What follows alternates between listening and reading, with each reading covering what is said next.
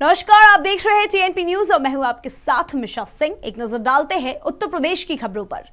लखनऊ में एक होटल में आग लगने से हड़कंप मच गया। हादसे में 4 लोगों की मौत हो गई, वहीं 10 लोग घायल हो गए हैं। घटना की जानकारी मिलते ही प्रदेश के मुख्यमंत्री योगी आदित्यनाथ अस्पताल पहुंचे, जहां उन्होंने घायलों का हालचाल जाना। साथ ही सीएम योगी ने मामले की जांच के आदेश दिए हैं। वहीं डिप्टी सीएम ब्रजेश पाठक ने कहा कि इस हादसे के लिए जो भी जिम्मेदार होंगे उन पर कड़ी कार्रवाई की जाएगी।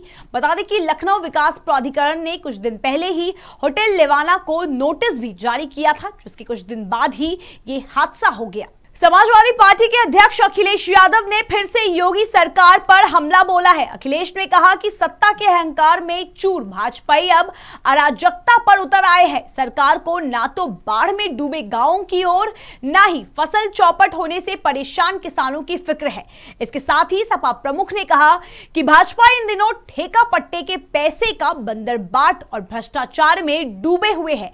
ठेका पट्टे के मुनाफे में उलझे भाजपाइयों के चेहरे बेनकाब हो रहे हैं। जौनपुर में उप मुख्यमंत्री के कार्यक्रम में आए बीजेपी के 2 बड़े नेताओं के बीच सार्वजनिक स्थल पर लात घूंसे चले गए। वहीं आम आदमी पार्टी के सांसद संजय सिंह ने ऐलान किया है कि उत्तर प्रदेश की राजधानी लखनऊ में आज से 1 हफ्ते तक लगातार पार्टी सेल्फी विद स्कूल नाम का अभियान चलाएगी। उन्होंने कहा कि इस अभियान में तमाम नागरिक जुड़े और शैक्षिक स्तर का खुद विश्लेषण करें कि उनके बच्चों के साथ क्या हो रहा है। आप नेता संजय सिंह ने कहा कि दिल्ली के मुख्यमंत्री अरविंद केजरीवाल की वजह से भारतीय राजनीति की तस्वीर बदल रही है। उन्होंने कहा जाति, धर्म और ऊंच नीच से निकलकर केजरीवाल ने राजनीति का रुख शिक्षा और चिकित्सा की तरफ मोड़ दिया है। आज दिल्ली के सरकारी स्कूलों को देख लीजिए तो वहां की शानदार व्यवस्था बीजेपी शासित प्रदेशों की सरकारी स्कूलों की दुर्दशा पर एक करारा जवाब है। संजय सिंह ने आरोप लगाते हुए कहा कि आज अगर सरकारी स्कूलों की बदहाली और दुर्दशा की बात करें तो उत्तर प्रदेश प्रथम स्थान पर आएगा। भारतीय अर्थव्यवस्था दुनिया की 5वीं सबसे बड़ी अर्थव्यवस्था बन गई है। भारत ने ब्रिटेन को पछाड़कर यह मुकाम हासिल किया है। वही बताया जा रहा है कि भारत दुनिया के सबसे तेजी से बढ़ने वाले इकोनॉमी में शामिल है। इस खबर को लेकर अब राजनीतिक बयानबाजी भी तेज हो गई है। इस मामले पर बसपा प्रमुख मायावती ने ट्वीट कर लिखा कि भारत की अर्थव्यवस्था ब्रिटेन को पीछे छोड़कर विश्व में 5वीं सबसे बड़ी अर्थव्यवस्था बन गई है। किंतु यह संतोष की बात तब होगी जब यहां के लगभग 140 करोड़ लोगों के गरीब जीवन में आवश्यक सुधार को प्रदर्शित करने वाले आंकड़े जैसे प्रति व्यक्ति आय में भी तुलनीय वृद्धि हुई होती। उन्होंने आगे लिखा कि ब्रिटेन के लोगों की प्रति व्यक्ति आय भारत के लोगों से करीब 20 गुना ज्यादा है, जिसकी बराबरी पाने पर ही देश की गरीबी, बेरोजगारी, अशिक्षा जैसी दुखद समस्याओं को दूर करने में मदद मिलेगी। देश की अधिकतर आबादी गरीबी और निम्न आय वर्ग में पिछड़ गई है। बीजेपी प्रदेश अध्यक्ष भूपेंद्र चौधरी बरेली पहुंचे। इस दौरान पूर्व केंद्रीय मंत्री संतोष गंगवार के साथ कई पदाधिकारी मौजूद रहे। इस दौरान भूपेंद्र चौधरी ने कहा कि हाल ही में हुए विधानसभा चुनाव के पहले चरण में पश्चिमी उत्तर प्रदेश में बीजेपी ने 58 में से 46 सीटों पर जीत दर्ज की। पिछले लोकसभा चुनाव में 64 सीटों पर जीत दर्ज की। अब 2024 में अन्य दलों का सुपड़ा साफ कर देंगे। इसके साथ ही सीबीआई और ईडी छापे को लेकर उन्होंने कहा कि छापे चेहरे देखकर नहीं किए जा रहे हैं।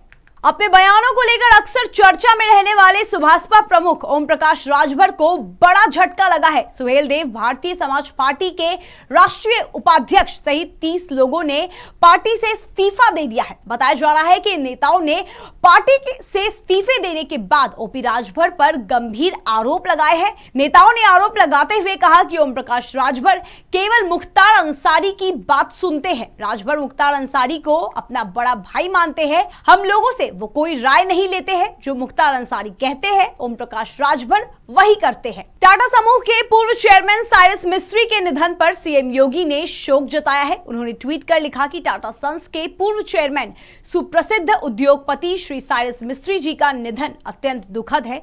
यह उद्योग जगत की अपूर्णीय क्षति है। सीएम योगी ने आगे लिखा है कि प्रभु श्री राम से प्रार्थना है कि दिवंगत आत्मा को अपने श्री चरणों में स्थान व शोकाकुल परिजनों को यह अथाह दुख सहने की शक्ति प्रदान करे। वही समाजवादी पार्टी के राष्ट्रीय अध्यक्ष अखिलेश यादव ने टाटा सन्स पूर्व अध्यक्ष के निधन पर दुख जताया है। उन्होंने ट्वीट कर लिखा कि टाटा सन्स के पूर्व अध्यक्ष साइरस मिस्त्री जी की सड़क दुर्घटना में मृत्यु अत्यंत हृदय विदारक है। ईश्वर उनकी आत्मा को शांति व समस्त शोकाकुल परिजनों को यह दुख सहने की शक्ति प्रदान करे। वक्त हो चुका है एक छोटे से ब्रेक का। ब्रेक के इस पार खबरों का सिलसिला यूं ही चलता रहेगा।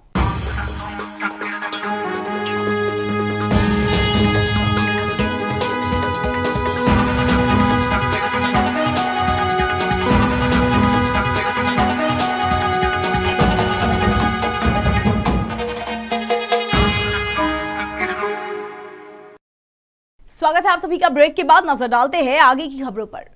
बहराइच में बीजेपी समर्पित अपना दल एस ने सदस्यता अभियान शुरू कर दिया है। इस दौरान अपना दल के कार्यक्रम संयोजक डॉक्टर शैर अहमद खान मौके पर मौजूद रहे। उन्होंने बताया कि भारी संख्या में लोग पार्टी की विचारधारा से जोड़ने का कार्य कर रहे हैं। हमें पूरा विश्वास है कि पार्टी में अधिक से अधिक सदस्य जोड़े जाएंगे। आज सदस्यता अभियान समारोह के उपलक्ष्य में उस कड़ी में आज सब हम एकत्रित हुए हैं यहाँ पे, और सदस्यता अभियान का समारोह आज रखा गया है और थोड़ी देर में उसका शुभारंभ हो जाएगा। उसी सब के लिए हम लोग यहाँ एकत्रित हैं। बिल्कुल पार्टी बहुत सक्रिय है हर एक चीज़ के लिए, लेकिन फिलहाल अभी हमारा मेन फोकस जो है माननीय राष्ट्रीय अध्यक्षा श्रीमती अनुप्रिया पटेल जी के निर्देशानुसार अभी हमारा फोकस है सदस्य का। वहीं बहराइच पुलिस के हाथ सफलता लगी है। पुलिस ने 31 अगस्त को हुए हत्याकांड का खुलासा कर दिया है। बता दें कि अर्नवगंज गांव में एक दलित वृद्ध की 31 अगस्त को दिन दहाड़े हत्या कर दी थी। पुलिस ने अब हत्याकांड का खुलासा करते हुए आरोपी को गिरफ्तार कर जेल भेज दिया। साथ ही उससे हत्याकांड में शामिल हथियार भी बरामद किए हैं। मामले की जानकारी देते हुए अधिकारी ने बताया कि मृतक और उसके पुत्र गांव के निवासी जमील को बार बार चोर कह रहे थे, जिसकी वजह से वो नाराज हो गया था और उसने इस पूरी घटना को अंजाम दे दिया। स्वर्गीय राम खिलावन जो करीब 60 साल के रहे होंगे, उनकी धारदार हथियार से चोट पहुंचा करके हत्या की गई थी। इस हत्या का आज खुलासा किया गया है। वादी द्वारा शक जाहिर किया गया था कि पूर्व की दुश्मनी थी कुछ लोगों से जो उनके साथ छिड़खानी हुई थी, उन लोगों को उन्होंने नामजद किया था।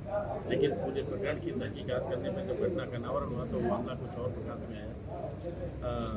पुत्र सफी पुत्र जमील का नाम प्रकाश में आया, जो कि कुछ दिन पहले शाहजहांपुर पुलिस को बड़ी सफलता हाथ लगी है। मामला थाना गढ़िया का है, जहां पुलिस ने अफीम की तस्करी करने वाले तस्कर को गिरफ्तार कर जेल भेज दिया। मामले की जानकारी देते हुए अधिकारी ने बताया कि तस्कर अंतर्राष्ट्रीय बाजार में भारी कीमत रखने वाले अफीम की तस्करी करता था, जिसे गिरफ्तार कर लिया गया है। साथ ही उसके खिलाफ केस दर्ज करके कार्रवाई शुरू कर दी है। मादक पदार्थों की तस्करी करने वाले तथा अवैध शराब की तस्करी करने वाले अपराधियों के विरुद्ध अभियान प्रचलित है। इसी अभियान के दौरान मुखबिर की सूचना के आधार पर एक अभियुक्त को आधा किलो फाइन क्वालिटी की अफीम के साथ गिरफ्तार किया गया, जिसके अंतर्राष्ट्रीय बाजार में कीमत करीब 50 लाख रुपए है। इससे एक मोटरसाइकिल भी बरामद हुई है। पूछताछ पर इसने बताया कि झारखंड से जो लोग आते हैं, ढाबों पे जो रुकते हैं, इनसे इन्होंने कुछ अफीम ली थी और धीरे धीरे इकट्ठा करके फिर इसी अफीम को आसपास के जगहों में महंगे दामों पर बेच के मुनाफा कमाता है। इस अभियुक्त को गिरफ्तार करके जेल भेजा गया। सोनभद्र पुलिस के हाथ बड़ी सफलता हाथ लगी है। बता दें कि पुलिस ने 2 शराब तस्करों को गिरफ्तार किया है। ये तस्कर शराब को हरियाणा से बिहार लेकर जा रहे थे। इस दौरान पुलिस ने मुखबिर की सूचना पर छापेमारी के दौरान 124 पेटी शराब बरामद की है, जिसकी कीमत 12 लाख रुपए बताई जा रही है। वही मामले की सूचना देते हुए पुलिस ने बताया कि आरोपियों को गिरफ्तार कर लिया गया है। आगे आबकारी अधिनियम के तहत कार्रवाई की जाएगी। कर्मा बाजार से एक कंटेनर पिकअप पकड़ा, जिसमें 124 पेटियां शराब थी। कुल मिलाकर वो 1116 लीटर शराब बरामद हुई एक कंटेनर में। जब उसको चेक किया गया तो उसके पास एक अवैध बिल्टी मिली, जिसमें लिखा गया था कि ये आदमी की गाड़ी है, ताकि उसे कोई चेक ना करे। ये माल बिहार सोनीपत जा रहा था, वो बिहार में जा रहा था और हरियाणा सोनीपत से आया था। जिसमें 2 अभियुक्तों को गिरफ्तार कर गोंडा के कौंडिया थाना क्षेत्र में हुए गन्ना सुपरवाइजर की हत्या मामले में पुलिस ने बड़ा खुलासा किया है। बता दें, सुपरवाइजर को मारने वाला और कोई नहीं बल्कि उसका बेटा था, जिसने पैसों के लालच में अपने साथी के साथ मिलकर हत्या की साजिश को अंजाम दिया। पुलिस ने इस मामले का खुलासा करते हुए बताया कि दोनों आरोपियों को गिरफ्तार कर लिया गया है। इसके साथ ही पुलिस ने हत्या के वक्त इस्तेमाल की गई बाइक भी बरामद की है। 2 अभियुक्त प्रवीण तिवारी और रामकुमार पाठक और बड़कों को गिरफ्तार किया गया है।